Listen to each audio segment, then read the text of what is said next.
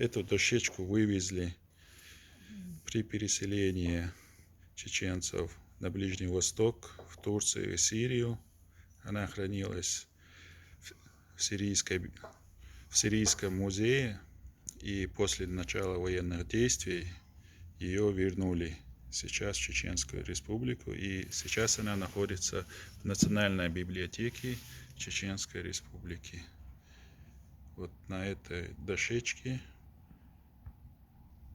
учились писать на арабскими буквами. Это как прописи были. В то время бумага была дорогая, и вот на таких дощечках чеченцы учились писать.